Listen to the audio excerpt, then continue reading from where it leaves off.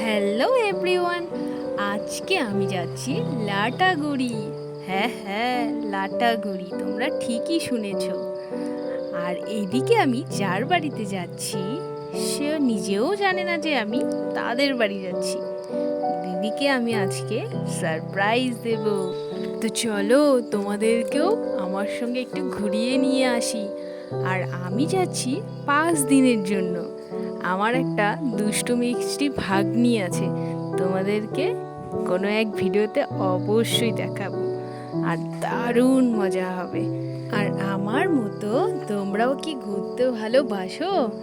হ্যাঁ হ্যাঁ, যদি বাসো তাহলে অবশ্যই কমেন্টে জানাবে। আর আমার তো বেশ ভালো লাগে ঘুরতে।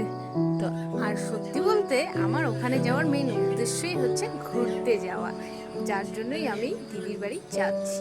আর 5 দিন তোমাদের সঙ্গে তো অবশ্যই ভিডিও শেয়ার করব। আজকের মতো টাটা।